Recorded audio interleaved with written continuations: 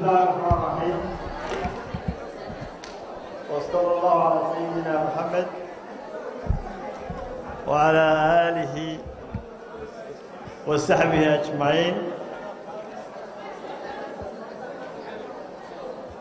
مداشان قرحة بدن وحالدكم السلام يا سلامة الإسلام كمر لبا. السلام عليكم ورحمة الله وبركاته.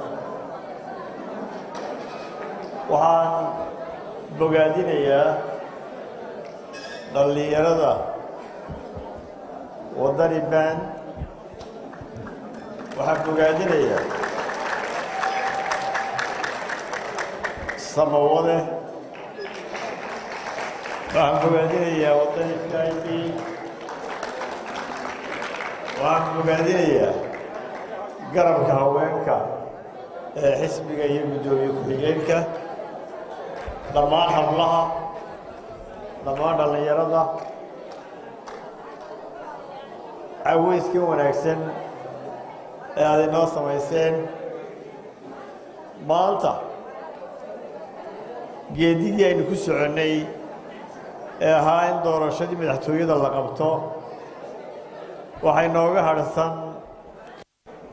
muddo ku dhow 50 habeen. maanta waa maalintii dhallinyarada, waa kaalintii dhallinyarada. waxaa loo baahan yahay inaynu noqonno cidda qaadaysa fariinta xisbiga. fariinta guusha inaa qaadaan baa la rabaa haddii ilaahay ka dhigo. waxaynu u baahan nahay inaynu ka qayb qaadanno guubaabinta iyo wacyigelinta.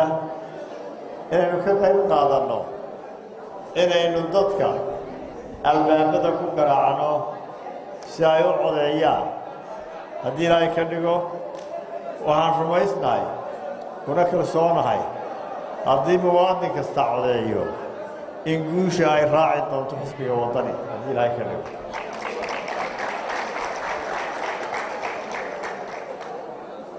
waa mid dambe waxba ku dheeraan maayo.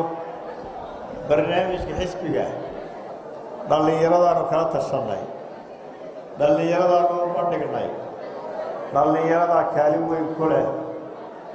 waxaanu doonaynaa inaad doorka hoggaamiyeed ee xisbigaa kaalin weyn ku yeelataan iyo ka xukuumadda xisbiga wadaniba. waxaad arkaysaa in dhammaan haykalka xisbiga ay maanta u baahan tahay dhallinyarada.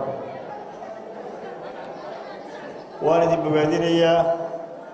aad iyo aad baa umahadsantihiin. asalaamu calaykum waraxmat ullahi wabarakaatu.